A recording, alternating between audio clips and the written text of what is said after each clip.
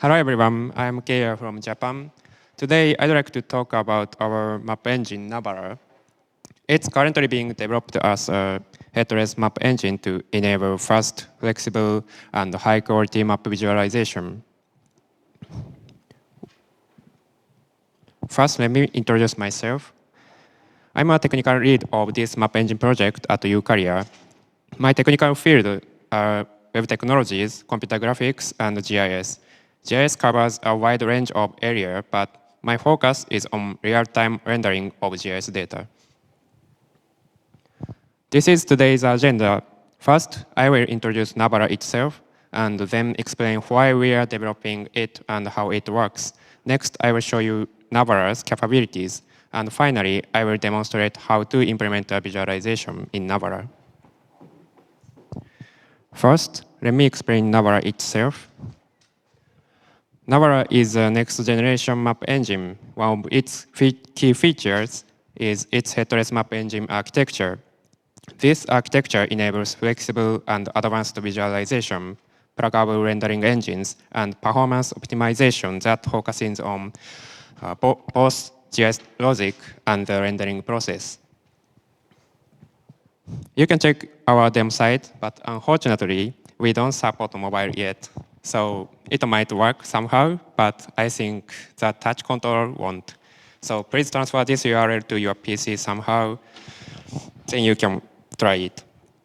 We definitely support mobile by the beta release, so please wait until then. By the way, do you know what a map engine actually is? Let me briefly introduce it. A map engine is a piece of software that renders GIS data in 2D or 3D scene. Basically, a map engine consists of two main parts. First one is the GIS engine, which handles data processing, coordinate system transformation, and optimizations. And the rendering engine, which draws the meshes processed by the GIS engine and applied poster effects, such as aerial perspective. In most map engines, these two components are bundled together into a single structure, but Navara separates them, and that's what we call a headless map engine. You can build an application that visualizes GIS data on a map using a map engine like this. First, the camera determines which area should be rendered. Most GIS data is loaded based on the camera view to avoid loading data that isn't visible. In this example, raster tile, terrain, and 3D tiles are loaded according to the camera view, while any meshes outside the camera's range are culled. The level of detail for these elements is also determined by their distance from the camera. This is one of the most challenging pieces of logic in a map engine. This is a photorealistic scene, so the atmosphere is also important. As you can see, the terrain in the distance looks slightly blurry. That's an aerial perspective effect. The rendering engine calculates and applies this effect to the scene. I've just explained the overview of Navara and what a map engine is. Next, I'd like to talk about why we are developing Navara. So far, we've developed several visualizations using different map engines. And along the way, we've noticed some issues. For example, there were times when we wanted to add our own poster effects or custom materials to the features. Technically, that's possible, but it requires a deep understanding of how the engine works internally, which takes a lot of time and can be quite difficult. Regarding the performance, while GPU capabilities have been improving rapidly, the rendering engine and the GIS process are tightly coupled. It becomes very hard to migrate to a new rendering engine. WebGPU is one of the newest standards. It introduces powerful features like compute shaders. Even switching to WebGPU alone can boost performance, because its rendering pipeline is much more efficient than WebGL.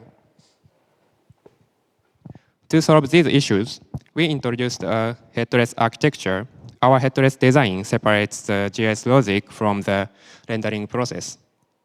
This allows for more complex GIS processing and more flexible visualization because each component can focus on its own optimization.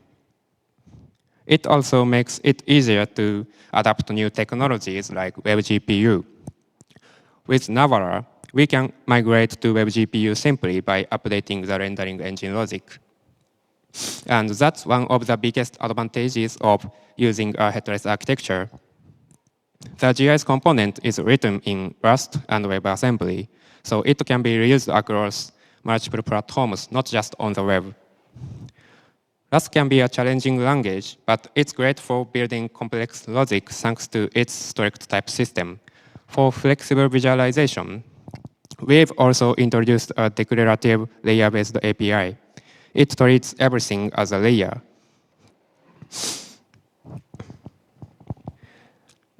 Making visualization much more consistent and flexible. I'll show you a hands-on example of this later. I've just introduced our solutions. Next, I'll explain how Navara works.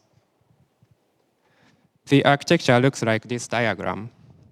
Its light green part represents a rendering engine. It's pluggable, depending on the platform.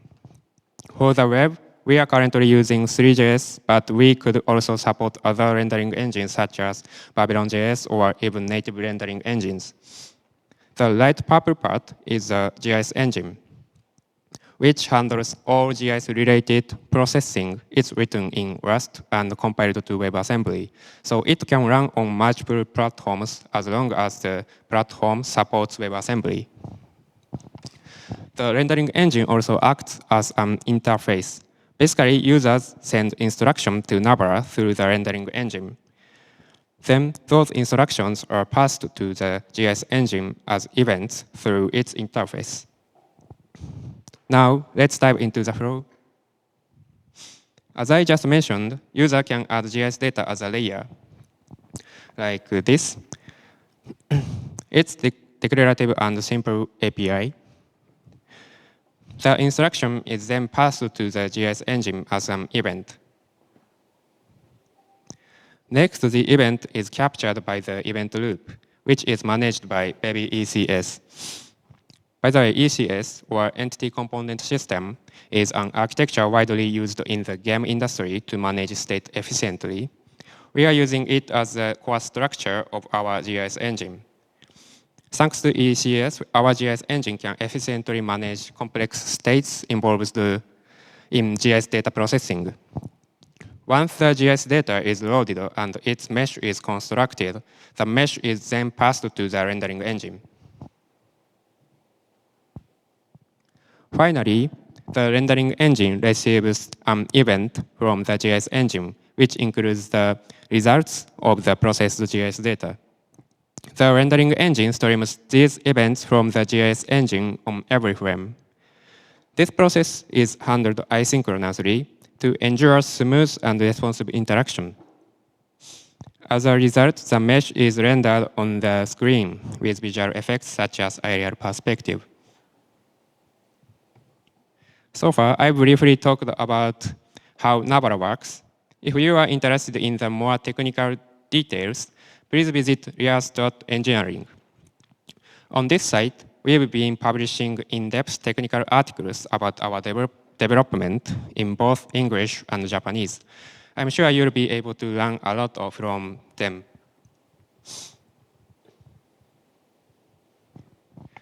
Next, let me show you some visualizations created in Navara. All of these visualizations run on the web, not in a game engine or anything like that. First case is a visualization on field data from Saitama City in Japan, with additional effects like clouds, haze, and rain. This is a demo. You can change the scene time. Yeah, like this. And the evacuation facility lights automatically turn on at night. Each label shows the name of an evacuation facility in Japanese. You can also change the building colors based on their feature properties. This dataset contains a lot of information about each building, such as measured height, flood rank.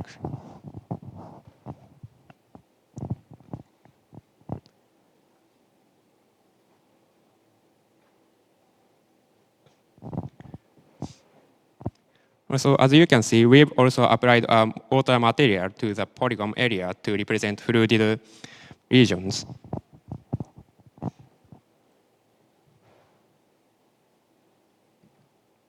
In this case, we color the elevation tile data based on its elevation values.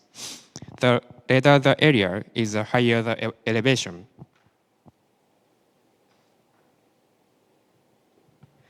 In this case, we visualized Japan's airport flow volume data using arc lines. Each color represents the number of weekly flights, and the brighter the line, the higher the volume.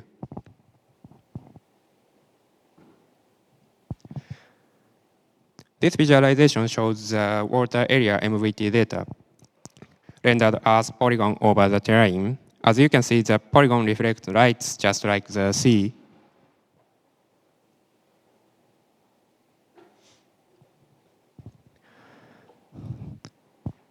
This visualization shows the road and river MVT data rendered as polyline. The blue line represents rivers, and the white line represents road. Navara can also render point clouds like this. This is a model of Kakegawa Castle in Shizuoka, Japan.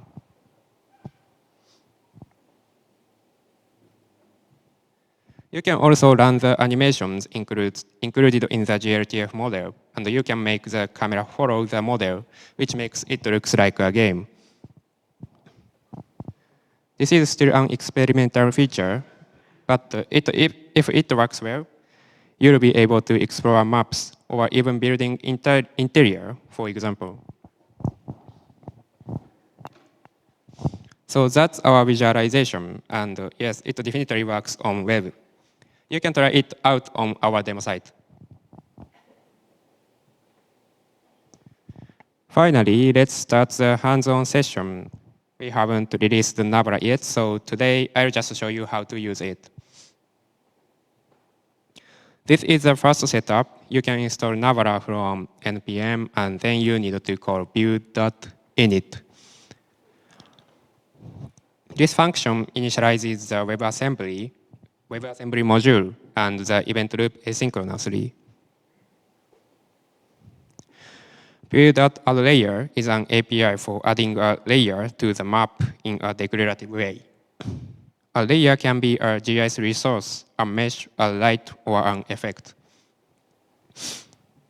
For example, you can specify GeoJSON in the type property, as you can see here. Also, a layer can have a material-like color, as shown in this example. Now you are ready to add a layer to Navara. Let's add OpenStreetMap tiles along with an ambient light.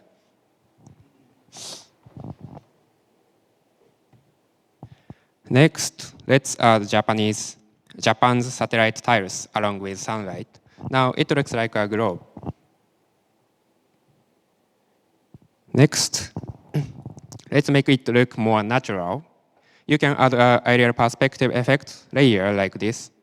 It definitely looks more natural, but it's a bit dark. In this case, you can adjust the tone and exposure using a tone mapping layer. Now it looks just like a globe viewed from space. We've added several layers so far, and it might feel a bit complex. Fortunately, you can use a default plugin that automatically sets up these effects for you. Next, you can also add a terrain layer. In this case, we are using terrain data from the Geospatial Information Authority of Japan. But this terrain layer can take a decoder, and we provide several decoders. For example, Mapbox RGB terrain, Terrarium format, and more. So you can use whatever raster terrain source you like. Next, you can also add a clouds layer like this.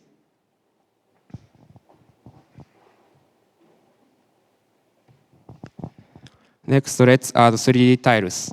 You can add a 3D tiles layer like this. You can also specify a style such as color in the model properties. You can also compute colors based on features properties. It's a little complex, so let's walk through it line by line.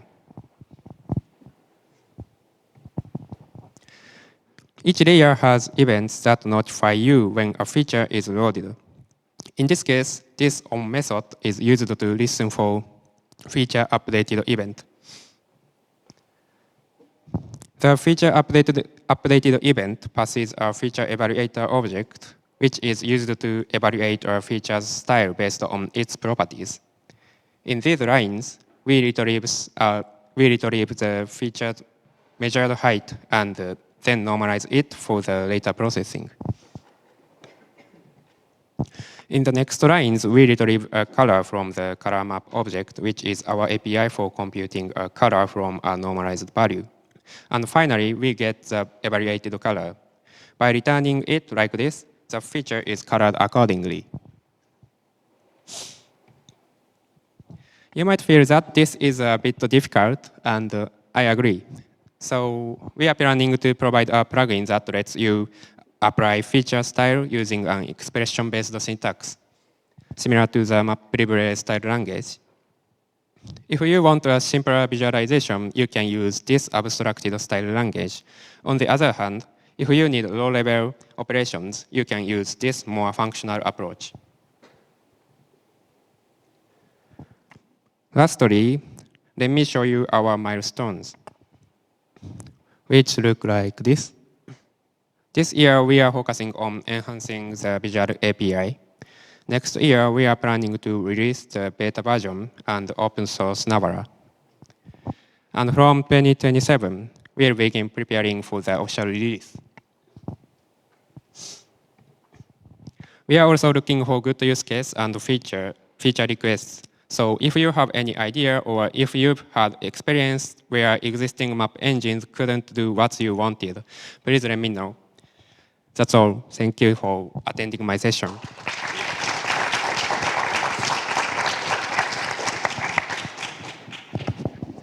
Thank you very much. That was really interesting, and I'm a little bit more excited about 3D data now.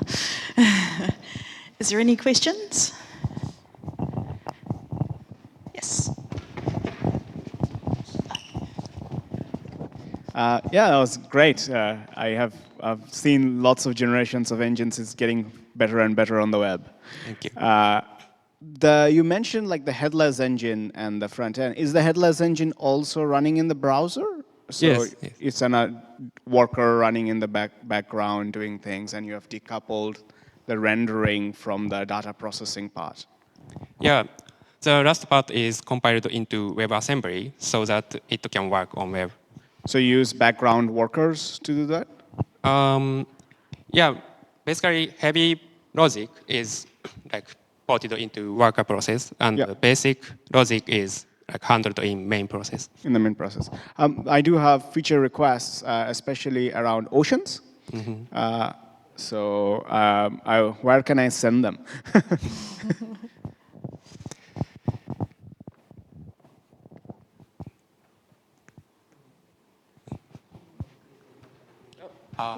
Yeah, maybe like let me know later. Yeah.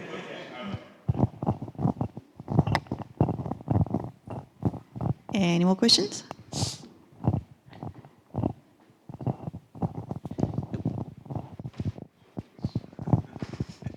Yeah, just short question. You are planning to release the Navara as open source in the next years. Yes. Is there that means the whole of the component is released by under the open source license? Yes. Okay, very good. Thank you very much.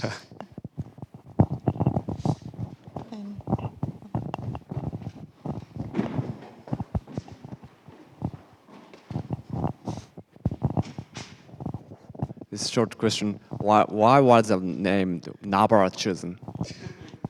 Yeah, that's a good question. But the Navara is named by like our Indian member, and I heard the reason, but I forgot the name. So yeah, so I can't explain now. So yeah, I'll let you know later.